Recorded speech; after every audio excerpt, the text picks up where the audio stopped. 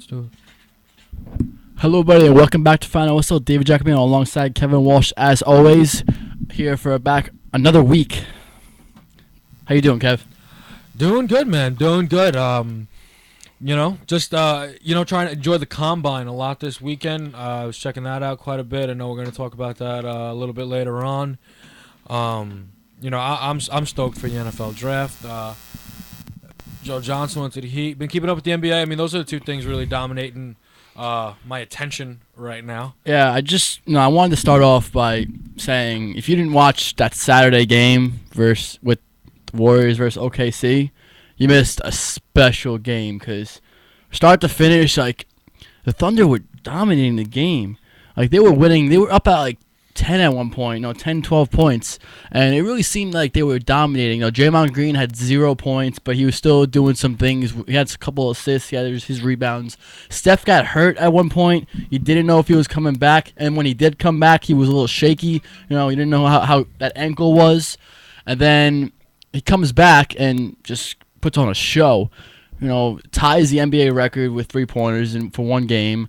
And it was just, what a performance. And he brings them back to win that game. I was just saying it. When you look at, hits a 3-pointer, an overtime 3-pointer from 34 feet out to beat the Thunder in Oklahoma City. All right, 1, that's extremely impressive. 2, ties the record again, because he's done this more than once, hit 12 threes in a game, in a single game, right? I think it's the first player ever to hit 10 or more threes in consecutive games. Continues his current streak of hitting at least 1 3-pointer in a game, which is now like 130, I think. And then breaks his own record of most threes hit in a season. His own record with 24 games left. Is like the first player who will ever make 300 threes in a season.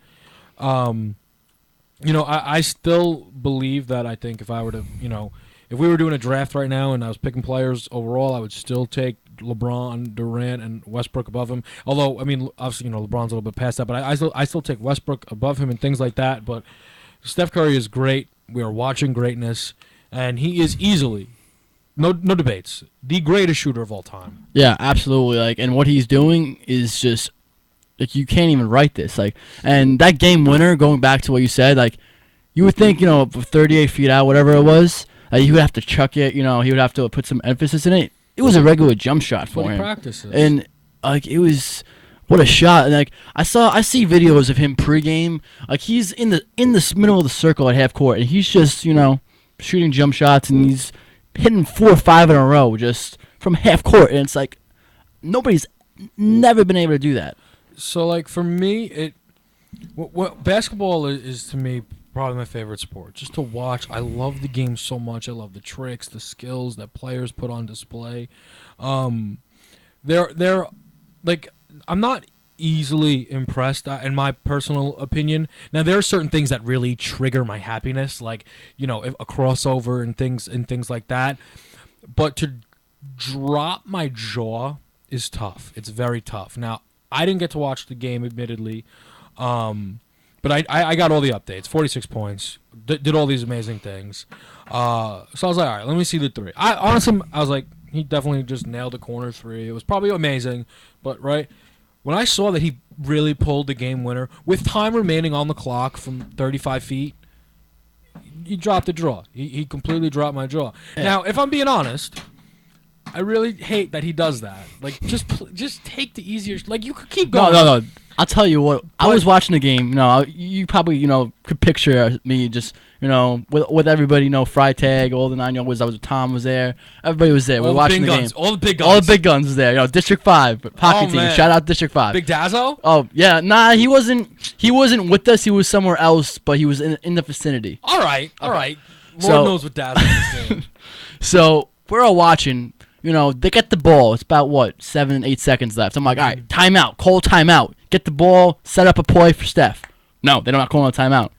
All right, what is he going to do? He pulls up. I went nuts. I was like, are you kidding me? No, Did he just do that? It's spectacular. I couldn't believe it. Now, you watched the whole game? Well, yeah. You saw you saw the fourth quarter and on, right? Yeah. Now, I got an update that did confuse me a bit, was that Andre Iguodala was fouled. .7 seconds left. Hit both Yeah. free throws. Sent into overtime. Now I have not seen the play at all. What was it? A foul? Yeah, I didn't see the play. it was contact there. It was a lot of contact, and you can't let that go. It was he pulled a pump fake, and the defender went for it. I don't know who was guarding him at the time, and he jumped and he kind of hit him in the air, and it was the right call. I didn't. When he was going to the line, he's not a great foul shooter. I did not think it was a lock that he was going to make those shots, and it was clutch of him to make those shots. But I think it was a good call. Well, now the reason I ask is you are a referee. And so you at some point you have to come across a close game, end of the game situation, right? Yeah. Now, when you look at, and this is to me where it becomes interesting, right? Late game, guy gets fouled, right? Ref blows the whistle, okay? Now the team who committed the foul goes, late game situation, you got to let him play, right? Reverse the scenario. Late game situation, ref decides to let them play. The people who didn't get the foul called, you got to call that. A foul is a foul just because what's left on the clock, right? No one's ever happy unless it goes their way. As a ref, does the time influence your calls?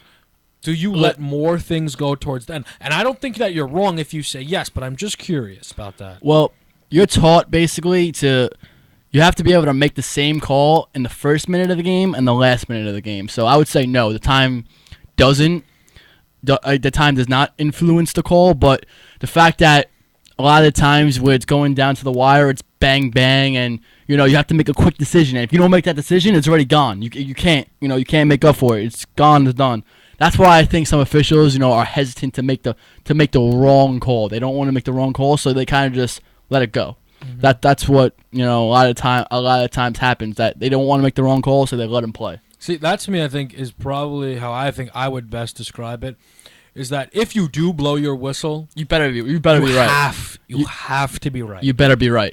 That's the thing. And I think that's why people let play on, because you can't let the whistle decide the game. I think that's for me the way I would let it be. Because you're gonna be criticized more if you're wrong than if you should have made the call and you didn't. Because there's always a free pass that, there's always a bang bang, you should have got the foul call. But if there's a foul called and it shouldn't have been called, there's always more criticism coming. Yeah, it is definitely a bit worse. I definitely think, though, the two times we've seen the Thunder and Warriors play this year, great games. Oh, yeah. Okay? Because here's the thing, right? Let's look at the teams that I'm trying to get this again. The big teams that they've played, right? The Thunder, the Spurs, and the Cavs. They've played close games with the Cavs and the Spurs, but they've also blown both of those teams out. Both times they played the Thunder, really, really tight games. Yeah, I think the Thunder are by far the most challenging team to the Warriors, just because they have two superstars. Whenever you have two superstars like that, you stand a chance. You'll be able to come back into the game, and that's not degrading any of the guys on the Spurs or whatever those teams are. I'm not degrading any of those guys. They're still stars outright, but no, they're not Kevin Durant and Russell Westbrook. Those are just different breeds. And I think it's why another reason why it's tough is Steph can't guard Russell at all. No, and throughout the game I was watching on Saturday, they were saying a key to the game, make Steph play defense. And the first half, when they were winning after the first half, they had some stat like, on plays that Steph was guarding, they were like 5 of 6. So they were shooting a good percentage when they were making Steph guard. And I mean, to me, that is part. Look, it's a complete game, basketball. You have to play offense and defense, and that's part of the reason why I don't have Steph as the best. People have Steph as the best player in the league. I really find that laughable, personally. I think it's laughable. You can get caught up in the hype, and I understand how many points he's scoring. I get it. But listen, no one ever said that Tracy McGrady was ever the best player in the league. That was never a discussion. But barely could anyone score with Tracy when he was playing, right? Yeah. And listen, Tracy wasn't scoring at this level, okay? I mean, this guy doesn't even play in the fourth quarter. It's crazy. I get it. But Steph can't guard Russell at all. And I'm not saying Russell's guarding Steph, right? I mean, come on, he scored 46 points. But, it's a bit way of different scoring. I mean, Russell's backing him down. He's blowing by him. I mean, Steph's just shooting off screens from 30 feet away. That's a bit different. No, and he's shooting these threes with a hand in his face. It's not like he's open. Well, they're getting in his face. Yeah, I mean, but a lot. He's coming off screens, and I'm not trying to discredit what Steph's doing, But I'm just saying is that Russell plays better defense. Like this is what I say. Steph now, like what Steph's doing, you have to pick him up as soon as you score a basket or you get a rebound. Pick him up. Like that's what it's come to. You can't guard him anymore. Do that. Pick him up as soon as they get the ball. And well, I don't. But I think that's the point. Is you have to make him work defensively. LeBron James, still to me the best player in the league, most talented player. I believe when he retires, I will consider him the greatest player of all time. LeBron guards your best player. That's what he does. But it's tiring. So there are times, like when LeBron was on the Heat and the Thunder and Heat matchup, he wouldn't guard Kevin Durant every minute. You get Shane Battier on him. You have to switch things because it's exhausting. But Steph is out there guarding Dion Waiters. And Clay is the one who's out there playing defense. And I think that's another reason why, Steph's legs aren't tired sometimes, I think, at the end of the game, because on the defensive side of things, he's just not that he's not carrying his weight, but he's not taking on the other team's best player. And also, I don't think he needs to because they got solid defenders. They got Andre Iguodala, who's a great defender. I'm not saying that Steph should be like, oh, no, I'll guard Russ Westbrook. He can't guard Russell Westbrook. It's that simple. He cannot guard Westbrook. He's too small to guard Westbrook. So I'm not saying that he should, but what I'm saying is find a way to make him play defense. You know what? Dion Waiters has been really bad for the Thunder this year. He's still a capable scorer. Listen, you know what? Just test Steph. Find a way. Set picks and somehow draw Steph out on people. It's what you have to do. And just to wrap this segment up here, just on the Warriors, I was skeptical about, the playoffs, what would happen, because they've been blowing all these good teams out. All these teams, even the bad teams, they've been blowing them out. They had barely played the fourth quarter. So I was kind of wondering how they would react in the playoffs to a crunch time game, close game, fourth quarter. How would they react? But I'm not skeptical anymore. They showed that they are capable of hitting shots in crunch time and coming back. They were down, I think 6 with 2 minutes left, and they came back. Playoffs are different. It does matter. It matters, but it shows they almost got beat by one player last year. It doesn't matter. They almost got beat by They're one a better player team this year than last year. You don't think so? They're a better team. I mean, listen. Yes, obviously they've gotten better, but listen, when you think about right, what you give me this Cleveland Cavaliers team healthy, right? Even though that they are struggling a lot, Kevin Love, Kyrie Irving. And then you give me last year's Warriors to this year's Warriors. How much the gap of how much better? To me, it's the Cavs by a lot. You take the Cavs with LeBron, and that's it, right? And then compare them when they get Kevin Love and Kyrie Irving. Well, that's what I wanted to bring up with you next. The Cavs, they lost 3 out of 4. Mm-hmm. Do you think they're in trouble? I know LeBron didn't play last game versus the Wizards. They got blown out. They lost the game before that too, to Toronto. What was right? Are they in trouble? Because Toronto's coming. Do you see any way that the Cavs can slip up and lose that first seed? Even I'm not saying not go to the finals. I'm saying lose the first overall seed. I think losing the first seed is possible for this reason. There could come a point where Tyronn Lue is resting players. Kevin Love last year suffered an injury. Iman Shumpert's got an injury history. Kyrie Irving, a big injury history. He's coming back from injury this year. LeBron James has played like 200. It's like 100 or 200 more minutes than anyone, than the next closest person since 2010. I mean, the minutes on that man's legs are a lot. That's why he didn't play against the Wizards. So I could see that. And the reason why I think that they could do that comfortably is when LeBron was in Miami, and I do believe that the Miami teams were better, but the Bulls would still come away with the 1 seed because of just how good Tom Thibodeau is, and that was also when Derrick Rose was at his peak. And they listen, when it came to the playoffs, that's what I'm saying. The playoffs are different. They won, and you knew they were going to win, and that's what they do. To me, the one thing though, and I'll ask you about this as well, is Stephen A. coming out and saying that Kyrie's unhappy in Cleveland and wants to leave. You beat me to it. I was just about to ask you about that because I can't see how you're unhappy playing with one of the best players in the world, LeBron James. And it's not like LeBron's a ball hog. He gets everybody involved, and he tries to get you your shots. But I cannot see how on earth he's unhappy. So I have 2 sides to this story, and And I'll start with the one that I'd rather talk about as opposed to the one that I really don't like that I have to talk about. The first one is, as someone who really enjoyed watching the Heat, and I thought LeBron should have stayed in Miami with Wade, and I thought that's just where he should have finished things off. I still don't think he owes Cleveland anything. The ownership was completely horrible to him when he left. The fans were burning his jerseys. They got him zero help during his time in Cleveland. I don't think he owes them a thing. But LeBron goes back. That's fine. But one of the reasons why I never said he should go back is I said Kyrie Irving is not necessarily a second fiddle type guy. You know, Kyrie Irving is a very good player, and you look at the way he plays, and, you know, he likes taking the last-second shots, and he still does that. He still likes to take last-second shots, but now it's kind of LeBron taking them. But Kyrie is a very clutch player, loves playing with the ball in his hand. Probably the best handles in the NBA, realistically, right? Even though he's a very good three-point shooter, but it's a lot off the dribble. He's not a catch-and-shoot as much guy.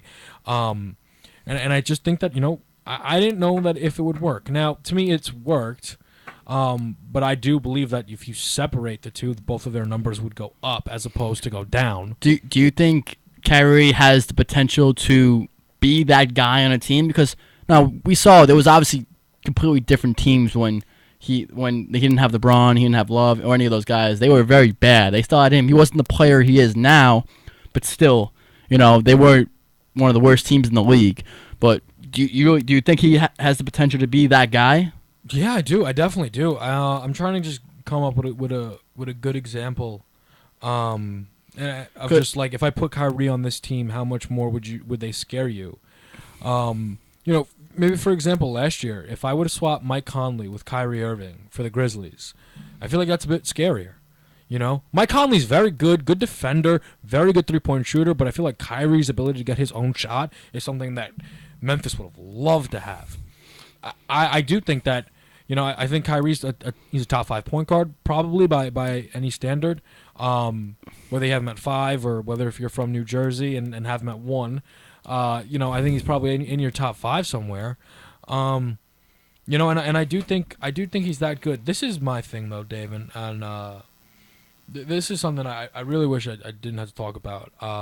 But I am starting to lose a lot of kind of respect for Stephen A. Smith, and maybe I'm wrong in this, but you know, I used to watch First Take, and it was always Skip saying things to get people to watch. It's what he did, and I honestly believe that if you shut the camera off and you look at Skip Bayless and you say, Skip, look me in the face and tell me that LeBron is not the best player in the league, I really don't think that he could. At that point, right, I really don't think that he could. But I do believe that when the camera was on, that was Skip's persona. And then Stephen A. was kind of always there, and, you know, he's still, you know, the loudmouth, you know, he's still a big personality in himself, and he says all these crazy things. But I feel like, you know, he was kind of, you know, a little bit more the realistic one. He was the one who was there to counteract Skip. But now it kind of feels like Stephen A. is just saying things, and it feels like he's saying them to say things. He came out. Let me just finish here. Yeah, right? go ahead. So he came out. And he's the one who reported that Kyrie's unhappy. That's Stephen A.'s report, right? We've heard this from nowhere else. Okay, and there hasn't necessarily been signs of this, right? I mean, we haven't seen Kyrie and LeBron throw each other looks. There's been no sign of this. You think back to the summer where it came out from Stephen A. Smith that Kevin Durant wanted to leave, and he said that he heard it from people within Kevin Durant's camp. And Kevin Durant comes out, I have no idea what Stephen A. is talking about. I don't talk to Stephen A. Stephen A. is not my friend. Stephen A. has no idea what he's talking about. And then Stephen A. goes on this huge rant of, I'm not the person you want to make enemies with, Kevin. What is that? Durant's coming out saying that you're saying false information about him, and he has every right to that, and you're sitting there taking it personal when it apparently reported false information. Now, I know if Stephen A. was here, he'd shout at me, what I'm saying is true. You don't think I'm right? Listen to me, with a huge big word that he would pull out of some Webster's dictionary, right? And all those things.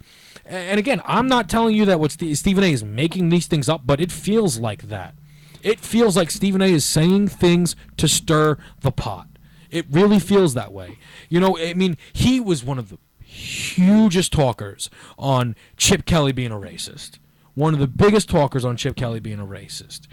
Listen, I'm not saying that Chip is not or isn't. I mean, listen, how are you going to call Chip Kelly a racist? And I'm not saying that he didn't blatantly come out, Chip Kelly's racist, but he likes to sit there and drop the subliminals. Well, why is Riley Cooper on the team, but Deshaun Jackson and LaShawn McCoy is left? But realistically, right, LaShawn McCoy just got into this really, and I still love LaShawn McCoy, but he gets into this big thing with police officers and stuff like that.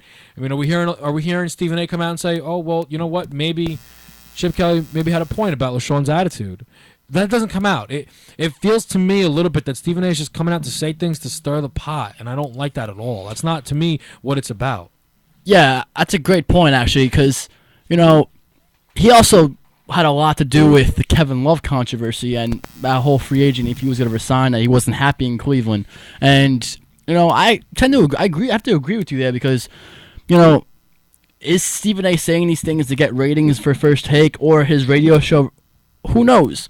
But, it seems like he's making a lot of enemies with some of his comments, and I want to see Kyrie comment on this because he didn't comment today. I didn't think he talked to the media today, but next time he talks to the media, I want to hear him comment on this. And if he would come out and say, the same thing as Durant, I have no idea what Stephen A. is talking about. Do not listen to him. Like, I don't talk to him.